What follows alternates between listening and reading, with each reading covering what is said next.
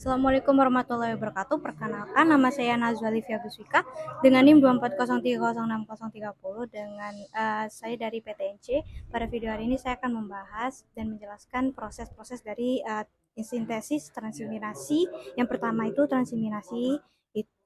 Transaminasi itu reaksi pertukaran gugus kimia antara imina dan amina. Nah, dalam proses transaminasi ini gugus iminanya itu akan digantikan oleh gugus amina dari senyawa lainnya. Nah, dalam menghasilkan imina baru ini dan amina baru, reaksinya ini bisa dimulai dari adanya nukleofil amin atau amina yang menyerang karbon elektrofil dari iminanya sendiri. Untuk bahan utama dalam proses transaminasi ini yaitu ada asam amino itu sendiri atau NH2 dan asam ketoglutarat seperti atau pirufat, di mana penerima gugus amino itu menghasilkan asam amino yang baru setelah ditransaminasi. Yang terakhir itu ada koenzim piridoksal atau fosfat PLP, di mana PLP ini bertindak sebagai membawa sementara gugus amino itu melalui pembentukan imina dengan gugus aldehidnya. Dalam sintesis transaminasi ini dia punya enzim, di mana enzim seperti alanin transaminase, ada aspartate transaminase, dan juga ada branch chain amino acid transaminase atau BCAT. Selanjutnya itu ada hasil dari sintesis transaminasi ini, di mana ada asam amino baru seperti alpha ketoglutarat tadi atau pirufat. Ada juga efek sampingnya atau gangguan jika proses ini tidak berjalan normal, di mana metabolisme asam amino ini akan meningkat kadar ALT-nya dalam darah yang menandakan adanya kerusakan hati. Selanjutnya itu ada reaksi deaminisasi pada deaminasi oksidatif, di mana reaksi deaminasi oksidatif ini proses penghilangan gugus amino dari asam amino itu sendiri disertai dengan oksidasinya yang menghasilkan asam alpha ketoglutarat tadi atau pirufat dan amonia atau NH3. Reaksi ini sangat penting dalam metabolisme protein, terutama untuk membuang gugus amino tadi sehingga karbon rangkanya itu dapat digunakan dalam jalur energi. Proses dalam substrat asam amino ini biasanya glutamat, itu dia masuk ke substrat yang paling utama. Lalu asam aminonya tadi mengalami oksidasi dari enzim glutamat dehidrogenase, terus menggunakan koenzim NADH+ dan atau NADP+, sehingga membentuk senyawa imino. Dan yang terakhir itu senyawa iminonya itu direaksikan dengan air H2 atau H2O, lalu dilepas gugus aminonya menjadi amonia. Bahan dalam proses transaminasi deaminasi oksidatif ini ada asam amino pastinya. Contohnya itu seperti enzim glutamat dehidrogenase. Untuk produk yang dihasilkan seperti NADH atau FADH2 dan pirufat atau asam ketoglutarat. Selanjutnya itu ada reaksi deaminasi non-oksidatif. Reaksi deaminasi non-oksidatif itu dia adalah proses di mana penghilangan gugus amina dari suatu molekul tanpa melibatkan oksidasi. Kalau yang tadi kan melibatkan oksidasi.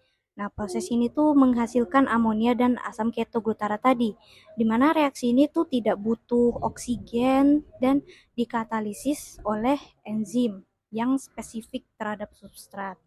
Bahan pada proses ini tuh seperti serin, teronin, dan sistein. Walaupun sistein ini tuh jarang, tapi kadang juga mengalami deaminasi non-oksidatif.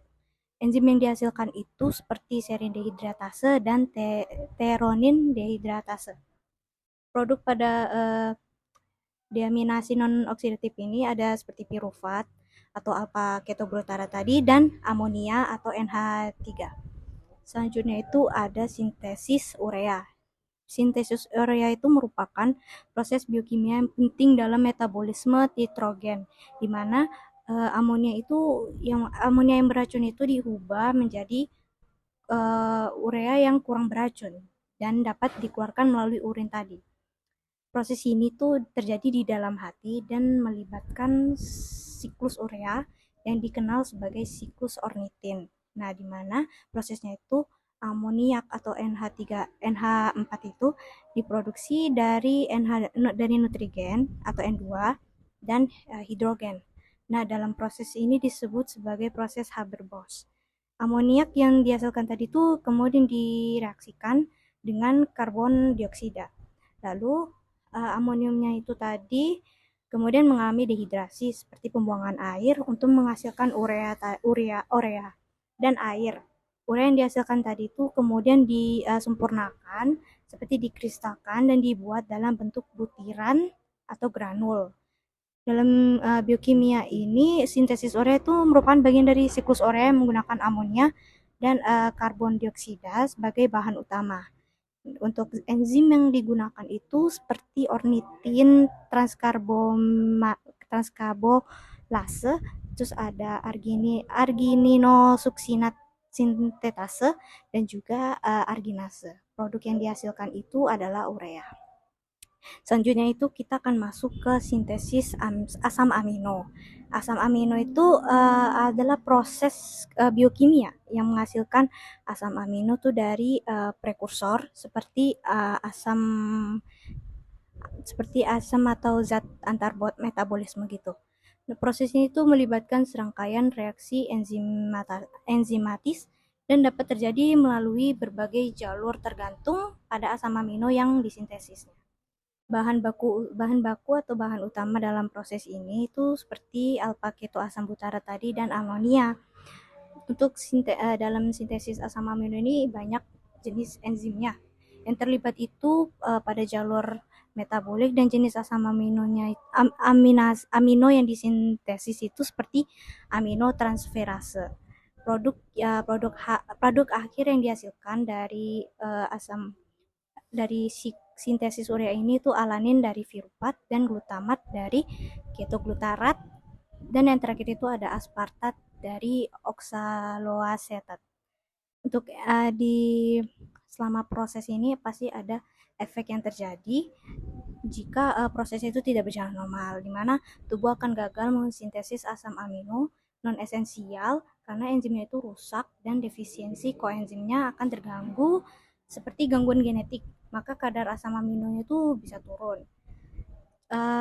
Contoh gangguannya itu kayak pembentukan proteinnya itu kurang, pertumbuhannya juga buat jadi terganggu, terus bisa lemahnya otot, menyebabkan kelelahan, dan juga ada gangguan selama penyembuhan luka. Yang terakhir itu ada sintesis heme. Sintesis heme itu adalah proses biokimia yang kompleks di mana hemenya itu molekul yang mengandung zat besi yang menjadi bagian penting dari hemoglobin dan banyak enzim lainnya. Proses ini tuh melibatkan serangkaian langkah-langkah seperti enzimatik yang terjadi di mitokondria dan sitoplasma. Bahan utamanya itu kayak glisin dan succinyl-CoA. Enzim yang dihasilkan dari sintesis heme ini itu ada aminolevulinic acid dehydrate, ada uropopirinogen 3 sintase atau UROD, dan juga ada ferrokelatase. Produk yang dihasilkan atau hasil dari proses tadi itu pastinya hemis, tapi seperti hemoglobin, mioglobin, dan juga sitokrom. Efek jika terjadinya proses yang tidak normal itu bisa menyebabkan porfiria atau anemia sideroblastik yang ditandai dengan gangguan produksi pada sel darah merah. Sekian saja video penjelasan dari saya. Mohon maaf apabila ada penyampaian materi yang kurang jelas.